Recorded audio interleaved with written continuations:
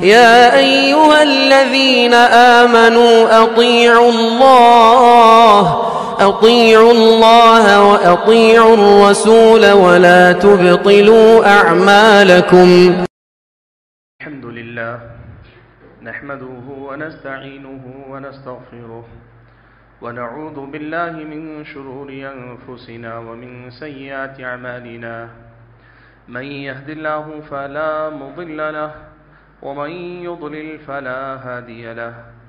وأشهد أن لا إله إلا الله وحده لا شريك له وأشهد أن محمدا عبده ورسوله أرسله بالحق بشيرا ونذيرا.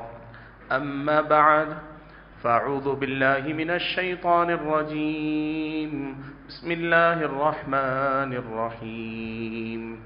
يوم نقول لجهنم هل امتلأت وتقول هل من مزيد وأزلفت الجنة للمتقين غير بعيد. هذا ما توعدون لكل أواب حفيظ من خشي الرحمن بالغيب وجاء بقلب منيب. ادخلوها بسلام ذلك يوم الخلود لهم ما يشاءون فيها ولدينا مزيد. وكم أهلكنا قبلهم من قرن هم أشد منهم بطشا فنقبوا في البلاد هل من محيص. إن في ذلك لذكرى لمن كان له قلب أو ألقى السمع وهو شهيد. ولقد خلقنا السماوات والأرض وما بينهما في 6 أيام وما مسنا من لغوب. فاصبر على ما يقولون وسبح بحمد ربك قبل طلوع الشمس وقبل الغروب ومن الليل فسبحه وأدبار السجود. واستمع يوم ينادي المناد من مكان قريب يوم يسمعون الصيحة بالحق ذلك يوم الخروج. إنا نحن نحيي ونميت وإلينا المصير.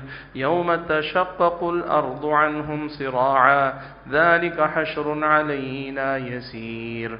نحن أعلم بما يقولون وما أنت عليهم بجبار فذكر بالقرآن من يخاف وعيد. وقال تبارك وتعالى أيضا تلك حدود الله فلا تعتدوها ومن يتعد حدود الله فأولئك هم الظالمون.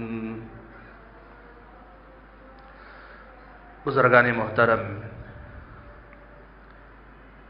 ملت اسلامی کے نوجوانوں اور پردہ نشین خواتین اسلام، اللہ رب الجلال ہم سب کا تنہا خالق مالک اور ہم سبھی کا تنہا معبود برحق، ہر طرح کی حمد و ثنا اور میری اور آپ سبھی حضرات اور خواتین کی ہر ایک عبادت اور ریاضت کا اکیلا اور تنہا مستحق رب ہے، معبود برحق ہے، جس کی بندگی میری اور آپ کی زندگی کا مقصد ہے اور جس کی بندگی میں ہماری زندگی کا گزرنا ہمارا سب سے بڑا کمال، سب سے بڑا کارنامہ اور دنیا اور آخرت دونوں ہی مقامات پر کامیابی اور کامرانی کی ضمانت ہے۔ درود و سلام ہو نبی آخر الزماں پیارے نبی محمد صلی اللہ علیہ وسلم کی ذات گرامی پر، جنہیں اللہ تبارک و تعالی نے اپنا آخری نبی و رسول بنا کر بھیجا، جنہوں نے اللہ تعالیٰ کے حکم کے مطابق قرآن اور سنت کی شکل میں اللہ تبارک و تعالیٰ کا وہ دین ہم اور آپ تک پہنچایا، جو دین ہماری اور آپ کی آخرت کو بھی سنوارنے میں مدد دیتا ہے اور ہماری اور آپ کی اس دنیا کے مسائل اور معاملات کو حل کرنے کا بھی بہترین راستہ سجھاتا اور سکھاتا ہے۔ حاضرین جمعہ، خطبہ مسنونہ کے بعد آیت کریمہ کا جو ٹکڑا میں نے پڑھ کر سنایا، یہ ٹکڑا سورہ بقرہ میں طلاق کے جو احکام اور مسائل ہیں، ان طلاق کے احکام اور مسائل کے سیاق اور سباق میں آیا ہے۔ اللہ نے طلاق کے بعض احکام کا تذکرہ کرتے ہوئے یہ بات بیان فرمائی کہ تلک حدود اللہ، یہ اللہ تبارک و تعالیٰ کی متعین کردہ حد بندیاں ہیں، باؤنڈریاں ہیں، یہ اللہ تعالیٰ کی حدود ہیں، فلا تعتدوها، لہذا تم خیال رکھو ان حدود کو نہ بھلاؤ، ان حدود کو تجاوز مت کرو، اس حد سے آگے بڑھنے والی غلطی مت کرو۔ وَمَن يَتَعَدَّ حُدُودَ اللَّهِ فَأُولَٰئِكَ هُمُ الظَّالِمُونَ، اور یاد رکھو کہ جو بندہ، جو انسان، جو شخص اللہ تبارک و تعالیٰ کی حدود کو پھلانگ جائے، حد سے آگے نکل جائے، جو حد اللہ تعالیٰ نے متعین کی ہے، تو ایسے آگے بڑھ جانے والے لوگ ہی حقیقت میں ظالم ہیں۔ حاضرین گرامی قدر، طلاق کے احکام اور مسائل کے سیاق میں یہ جو آیت اللہ تعالیٰ نے اتاری ہے، اس کا ایک بہت ہی واضح پیغام ہے، اور وہ پیغام یہ ہے کہ اللہ تعالیٰ نے یہ جو طلاق کا حکم رکھا ہے، اس کے پیچھے اللہ تعالیٰ نے بہت بڑا خیر رکھا ہے۔ اللہ تعالیٰ نے شریعت مطہرہ میں جس بات کا بھی حکم دیا، شریعت میں جس مسئلے کو بھی گنجائش دی ہے، اس میں اللہ تعالیٰ نے یا تو خیر ہی خیر رکھا ہے، یا اگر تھوڑا شر نظر بھی آئے تو خیر غالب ہے، تبھی اللہ تعالیٰ نے اسے شریعت مطہرہ میں جائز اور مشروع قرار دیا ہے۔ اب یہ احکام، یہ مسائل اس وقت تک خیر کا باعث رہتے ہیں، سماج اور معاشرے میں خیر لانے کا باعث بنتے ہیں، جب تک انہیں شریعت مطہرہ کی طے کردہ حدود میں رہ کر استعمال کیا جائے، برتا جائے، شریعت مطہرہ کے دائرے میں اس کی تعلیمات کی روشنی میں ان کا استعمال کیا جائے، یعنی طلاق کے مسئلے پر عمل کرنے والے حضرات یا طلاق کا مطالبہ کرنے والی خواتین اگر شریعت مطہرہ کی تعلیمات کی پابندی کرتے ہوئے اپنائیں گے تو یہ سماج اور معاشرے کے لیے خیر و برکت کا باعث بنتے ہیں، ورنہ جو لوگ ان حدود کو پامال کرتے ہیں، شریعت مطہرہ میں جو ضوابط ہیں ان سے آگے بڑھ کر ان کا استعمال غلط طریقے سے کرتے ہیں، تو ان کو سمجھ لینا چاہیے کہ ایسے لوگوں کا شمار اللہ تعالیٰ کے نزدیک ظالموں میں ہوتا ہے۔ حاضرین جمعہ، آج کی اس خطبہ جمعہ میں اصل میں آپ حضرات و خواتین کے سامنے ہمارے سماج اور ہمارے معاشرے کی ایک بہت ہی غلط روش پر آپ کو متنبہ اور آگاہ کرنا چاہتا ہوں۔ وہ مسئلہ ہے طلاق کا غلط استعمال، طلاق کو ایک ہتھیار بنا لینا، ناجائز ہتھیار کے طور پہ استعمال کرنا۔ طلاق کو شریعت مطہرہ نے جن مقاصد کے لیے رکھا، ان مقاصد کے لیے استعمال کرنے کے بجائے اپنی طرف سے، اپنے دماغ، اپنے مزاج، اپنی سوچ کے مطابق مختلف مقاصد کے لیے استعمال کرنے والا یہ جو مزاج، یہ جو ماحول، یہ جو ہمارے اور آپ کے سماج کے اندر رواج چل پڑا ہے، اس پر ہم اور آپ کو نظر ثانی کرنے کی ضرورت ہے۔ حاضرین گرامی قدر، پیارے نبی صلی اللہ علیہ وسلم جو دین لے کر آئے ہیں، وہ لوگوں کی دنیا سدھارتا ہے، سنوارتا ہے۔ اللہ نے اس شریعت مطہرہ کے اندر جتنے بھی احکام اتارے ہیں، یہ انسانوں کی بھلائی کے لیے اتارے ہیں، لہٰذا یہ پہلی بنیادی بات ہم اور آپ سمجھ لیں کہ طلاق بھی شریعت مطہرہ کا اگر ایک حکم ہے، اور یقیناً ہے اللہ تعالیٰ نے طلاق کے احکام اور مسائل اتارے ہیں، تو پھر آپ کو یہ سمجھنا چاہیے کہ اس میں بھی اصل میں ساری انسانیت کا اللہ تعالیٰ نے خیر رکھا ہے۔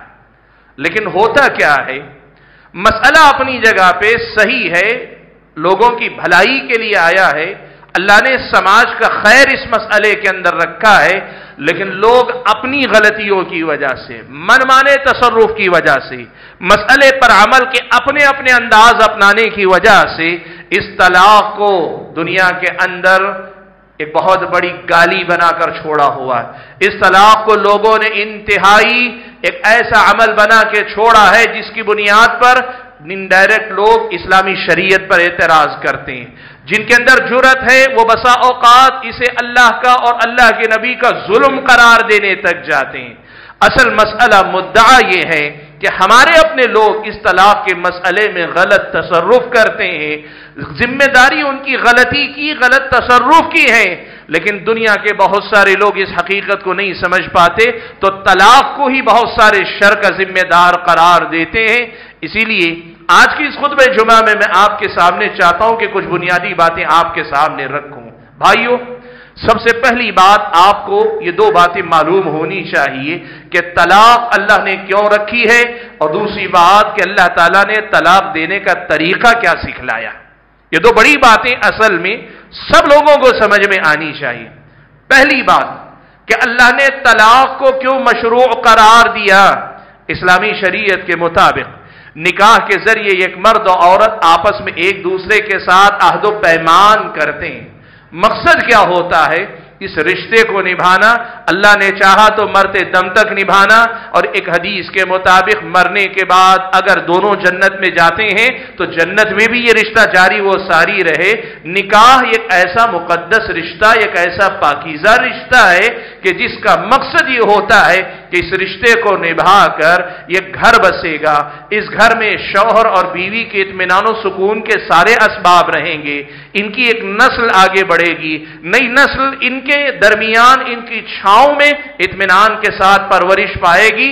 اللہ تعالیٰ نے نکاح سے بہت سارا خیر جوڑ کے رکھا ہے، لیکن کبھی کبھار ایسا ہوتا ہے کہ میاں بیوی کے درمیان ناراضگی ہوتی ہے، ناپسندیدگی ہوتی ہے، آغاز کسی چھوٹی بات سے ہوتی ہے، یا تو بیوی کو کوئی بات کو شوہر کی کوئی بات پسند نہیں، یا شوہر کو بیوی کی کوئی عادت پسند نہیں، یہاں سے آغاز ہوتا ہے، معاملات بگڑتے بگڑتے بگڑتے اس مقام پہ پہنچ جاتے ہیں کہ جس مقام سے پلٹ کر آنے کا کوئی امکان باقی نہ رہ جائے۔ ساری کوششیں ہو گئی، مرد اپنی کوشش کر کے دیکھ چکا، عورت اپنی طرف سے بھی کوشش کر کے دیکھ چکی، مرد و عورت دونوں کے گھرانے آپس میں کوشش کر کے دیکھ چکے، سارے لوگوں کی کوشش کے باوجود اب دونوں ایک دوسرے کو برداشت کر نہیں پا رہے، دونوں ایک دوسرے کے ساتھ رہ نہیں پا رہے۔ اسلامی شریعت کہتی ہے ایسی کوئی صورت آ جائے جہاں نباہ کی کوئی صورت باقی نہ رہ جائے، تو جس طرح باعزت طریقے سے تم نے نکاح میں ایک دوسرے کو اپنایا تھا، ایسے ہی باعزت طریقے سے ایک دوسرے کو اپنے نکاح سے آزاد کرو۔ شوہر بیوی کو اپنے نکاح سے آزاد کرے گا، بیوی شوہر کے نکاح سے اپنے آپ کو آزاد کرے گی۔ طلاق اس مقصد کے لیے مشروع قرار دی گئی، یعنی رشتہ جہاں اس مقام پہ پہنچ جائے جہاں وہ زندگی کے مسائل کا حل نہ ہو کر وہ خود ایک ایسا مسئلہ بن جائے جس کا کوئی حل نہیں نکل پا رہا ہے، تو پھر اسلامی شریعت کہتی ہے کہ طلاق ایسے مسئلے کا ایک بہترین حل ہے۔ اس کا مطلب یہ ہوا بھائیو کہ طلاق کا استعمال بھی بس اسی خاص لمحے میں ہونا چاہیے، اس سے پہلے نہ آدمی کے دماغ میں، نہ بیوی عورت کے دماغ میں، نہ مرد کے وہم و خیال میں، نہ عورت کے دل و دماغ میں کہیں خیال بھی نہیں آنا چاہیے طلاق کا۔ اور طلاق کا لفظ زبان پہ آئی، یہ تو بہت بڑی بات ہے۔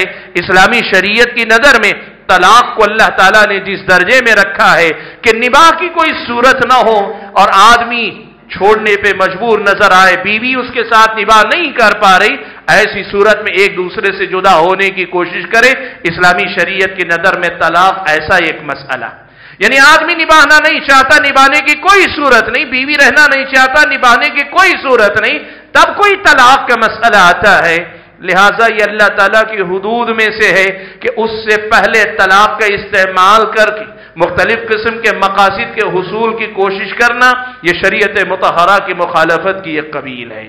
اور رہی دوسری بات کہ طلاق کیسے دینی چاہیے، سبحان اللہ، اسلامی شریعت نے ہم اور آپ کو سکھایا کہ جو آدمی اپنی بیوی کو طلاق دینا چاہتا ہے اسے سب سے پہلے یہ دیکھنا پڑے گا کہ بیوی کے ایام کون سے۔ اگر بیوی کے ناپاکی کے ایام گزر رہے ہیں، شوہر بیوی کو طلاق نہیں دے سکتا۔ ناپاکی کے ایام گزرنے کے بعد پاکی کے ایام ہیں، تب پھر آدمی طلاق دے سکتا ہے۔ شرط اس میں بھی یہ ہے کہ ان پاکی کی ابتدا سے، پاکی کے ایام کی ابتدا سے اس نے بیوی کے ساتھ شب گزاری نہ کی ہو، بیوی کے ساتھ خاص تعلق نہ قائم کیا ہو، تب حالت طہر میں وہ طلاق دے سکتا ہے۔ ایسی ناپاکی کے ایام میں بھی نہیں دے سکتا، یا ایسے پاکی کے ایام، طہر کے وہ ایام